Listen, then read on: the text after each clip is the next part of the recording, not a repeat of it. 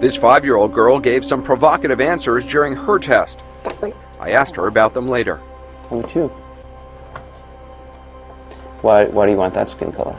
Because it looks lighter than this kind, because this looks a lot like that one. Mm-hmm. And I just don't like the way brown looks, because the way brown looks really nasty for some reason, but I don't know what reason.